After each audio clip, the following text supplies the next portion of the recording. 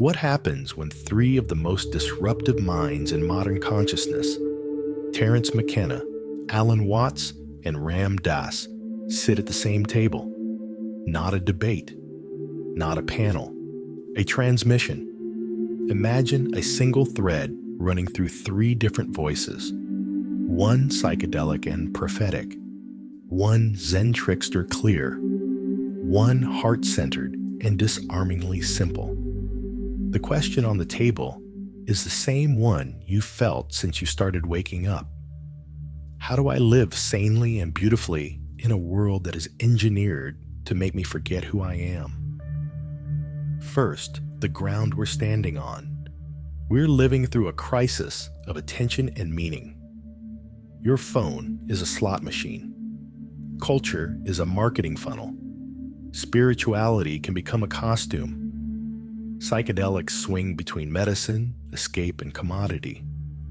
AI writes poems while we forget how to breathe. The stakes aren't theoretical. They're your day, your relationships, your sense that life is not just bearable, but holy. McKenna would start by striking the match.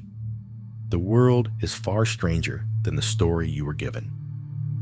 Culture is not your friend, he warned. Not because community is bad, but because the standardized story about what's real and valuable keeps you docile.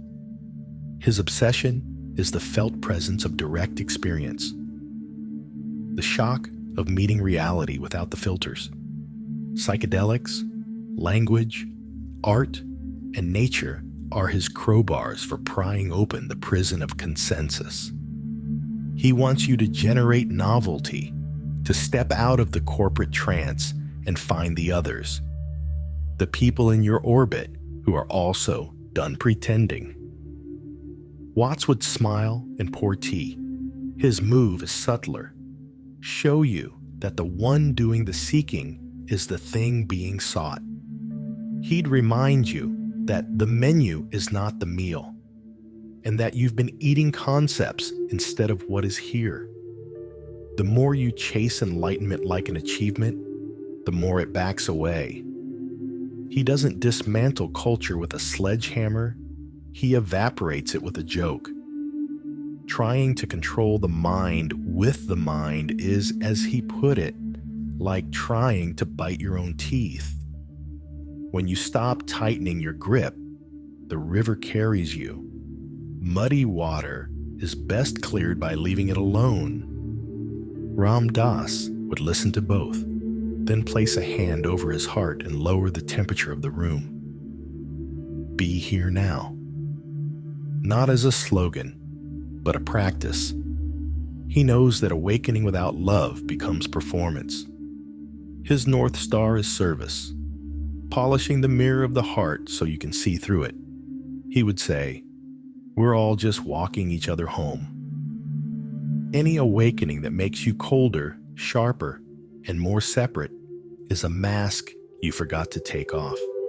If this roundtable has an architecture, it looks like this. McKenna deconditions the mind.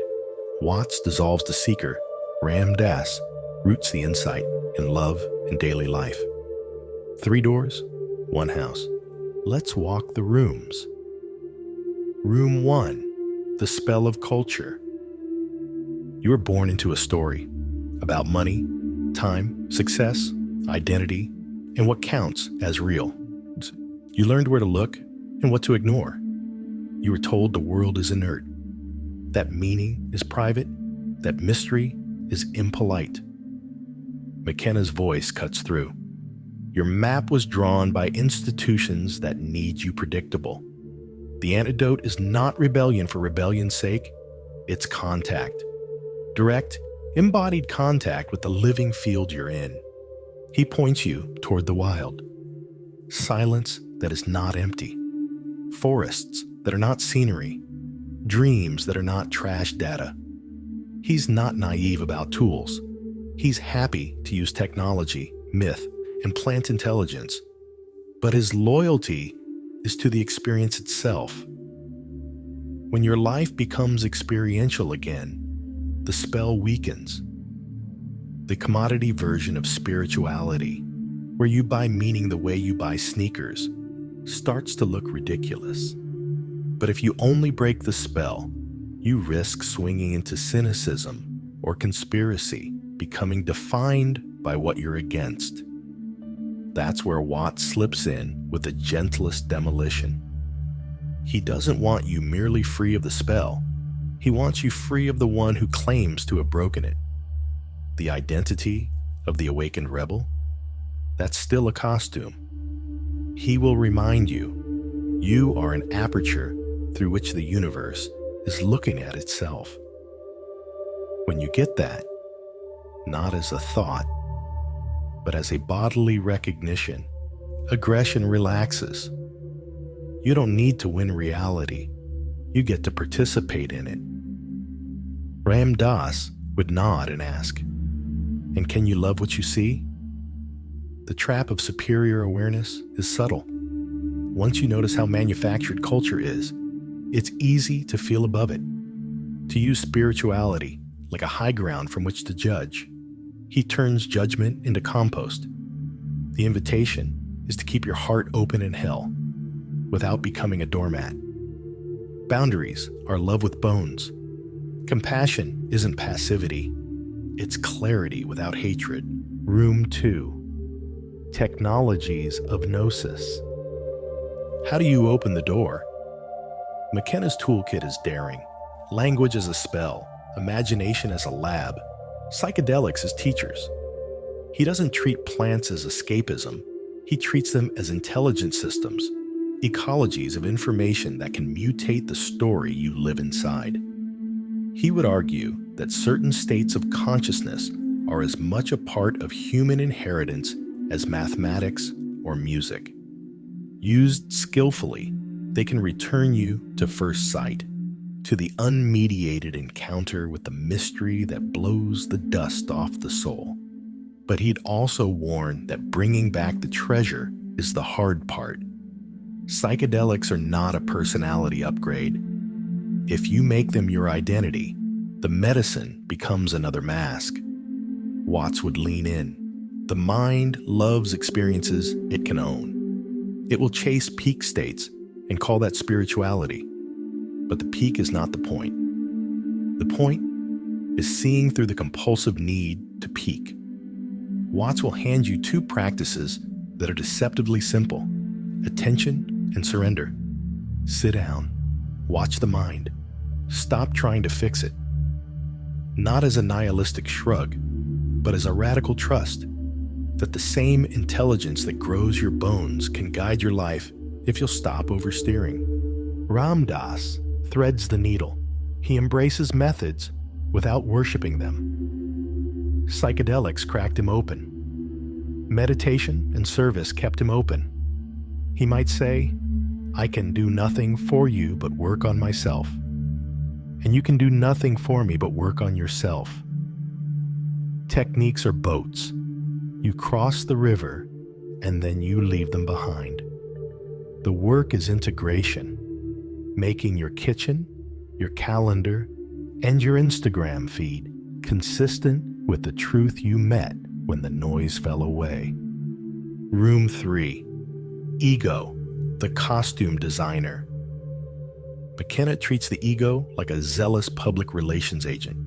It can't stand mystery, so it invents a plot and calls it you.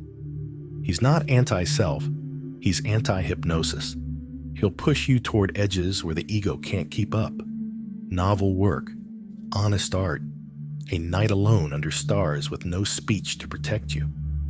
Watts reframes ego as a useful fiction, a social tool like a name tag. Problems arise when you mistake the name tag for your face. Try to hang on to it during a storm. It's going to rip. He laughs, and suddenly you can laugh too. Ram Dass humanizes ego. It's the part of you that wants to control because it's scared. You don't need to murder it. You need to hold it, disarm it with love, and assign it a new job. Help you show up for others. Under love, ego becomes devotion. It still knows how to plan. But now it plans meals for a sick friend or a fundraiser for a cause, not a coup against your own humanity. Room 4. The body is a door. We talk about consciousness as if it lives only in the skull, but all three insist that the body is not a vehicle you endure until you die. It is a portal. McKenna points to diet, breath, movement, and especially nature. What you swallow and what you breathe are not just health choices, they are cosmologies. He reminds you, nature is not our enemy, to be raped and conquered. She's the original teacher, and your nervous system is tuned to her curriculum. Watts turns the breath into a koan. You don't breathe, you are being breathed. The boundary between inside and outside collapses with one exhale. He'll take you surfing, not because it's trendy, but because standing on a wave demonstrates his whole philosophy. You can't force a wave, you can ride one. That skill applies to emails and heartbreak too. Ram Dass brings the body into devotion. Stretch, sit, take your meds if you need them, bless your food, care for your nervous system like it's a temple dog you're learning to trust. The body doesn't need your war, it needs your listening. Room 5. Technology and the psyche. What would they say about AI and the attention economy? McKenna would be fascinated and alarmed. Language models as mirrors of collective myth-making? Yes. But he'd insist on sovereignty. Don't outsource your imagination. If tools amplify your art and your care, use them. If they diminish your attention and your courage, close the tab. Watts would joke that we've created thinking machines to avoid the one thing that saves us, stopping. He'd remind you that no technology, not even the miraculous, can do your living for you. The point of tools is to free time for being, not to fill every second with more doing. Ram Dass would check the heart of the matter. Is this tool making you kinder, more present, more available to the suffering and beauty around you? Or is it tightening the mask? If the metric is love, 1,000 dashboards become very simple. Room 6. Community or find the others. McKenna's line is a compass. Find the others. Not to build a tribe of the identical, but to belong with people committed to reality over role play. Watts complicates the idea beautifully. You will never find the others if you are pretending to be someone. The real ones only recognize you when you're real. He might add that the others you're looking for aren't always glamorous. Sometimes they're your neighbor at 3 a.m. when your life falls apart. Sometimes they're you. Ram Dass gives community its ethical core. Serve, not from superiority, not as a performance, but as a recognition that your joy and another's relief are not two. He would say, over and over, that we're all just walking each other home. If you don't know where to start with the person in front of you. Deliver a meal. Offer a ride. Switch your phone off when someone is telling you their story. Make your spirituality cost you something. If it doesn't interrupt your convenience, it hasn't reached your heart. Room 7. Practice that survives Tuesday. You've heard it all before. You want the checklist. Here it is, in their shared spirit. Daily contact with reality. 10 minutes on the ground. Bare feet on earth. Eyes on a tree. Hand on your own chest. No agenda. Just evidence that you're alive. Non-negotiable silence. Start small. 5 honest minutes. Let the mind do what it does. Muddy water is best cleared by leaving it alone. Set the timer. No self-hate when you drift. The wind is sitting down. Honest speech. Catch yourself when you are repeating opinions you don't actually hold. Speak from experience. If you don't know, say so. Watch your language like it's a psychedelic. It changes what you can perceive. Devotional act. One concrete thing per day that isn't about you. Text the apology. Take the trash out before being asked. Send the job posting. Pray if you pray. Bow if you bow. Service dissolves the stickiest parts of ego. Periodic depth. If it's right for you and legal where you are, and with preparation and support, explore the medicines or retreats that call you. If not, commit to longer fasts from noise, weekends off social media, a monthly day of silence, a solo hike that scares you a little. Gnosis requires time that isn't monetized. Find the others. Host a salon. Start a weekly tea. Join the local meditation group. Trade skills. Create a microculture where truth is normal and caring is standard. Art as necessity. Make something. A poem, a garden bed, a playlist for your friend's grief. Create as if civilization depends on the courage of your imagination, because it does. Room 8. The pitfalls and their exits. Spiritual one-upmanship. You will feel superior, notice it, smile, return to practice. As Ram Dass said, the quieter you become, the more you can hear. Try quiet before commentary. Cynicism. Seeing through everything is not the same as seeing into anything. McKenna would push you back into risk. Make something that could fail. Plant something that could die. Let reality judge your ideas. Perpetual seeking. There is no arrival. Watts would say the goal is not a final state. It's an intimate relationship with the present. The punchline is always now. Commodification. Turning your awakening into a brand corrodes it. Share, teach, sell, sure. But keep one room in your house where nothing is for sale. Protect the sacred, or you won't remember why you started. Room 9, death in the room. No honest roundtable is complete without death. All three insisted. The presence of death is the taste of life. McKenna faced his own with ferocious clarity. Watts joked about it with a twinkle, turning fear into curiosity.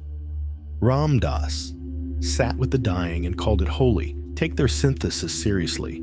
Live so that if the curtain fell tonight, you would not feel cheated out of your aliveness today.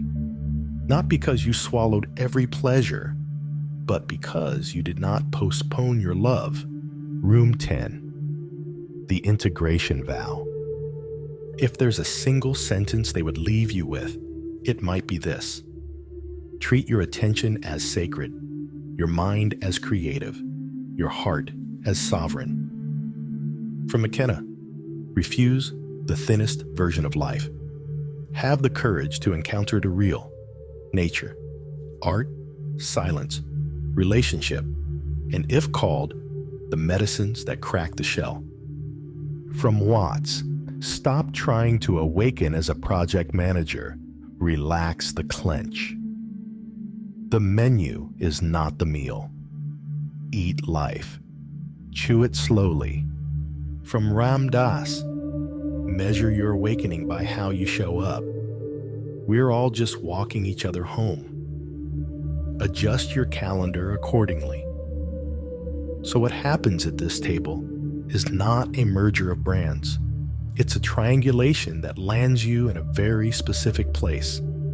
Present, creative, and useful. You don't have to flee the world or convert the world. You get to belong to it consciously. You will still answer emails. You will still pay taxes. You will also notice the sky at odd hours. Apologize more quickly. Laugh at yourself more often. And choose courage over spectacle.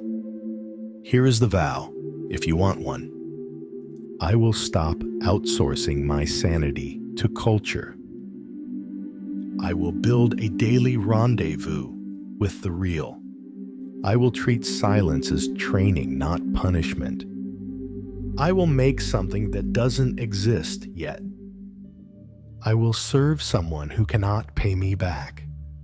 I will find the others, and when I do, I will not perform. I will be. And when you forget, as you will, start again. Take one conscious breath. Feel your feet. Remember that this moment is not a rehearsal for a future where you finally deserve your life. This is it. The only place a round table like this ever meets you. Right where you are, right now. Be here now. The menu is not the meal. Find the others. Different instruments, same song. Play it like the world depends on it, because in ways you can't calculate, it does.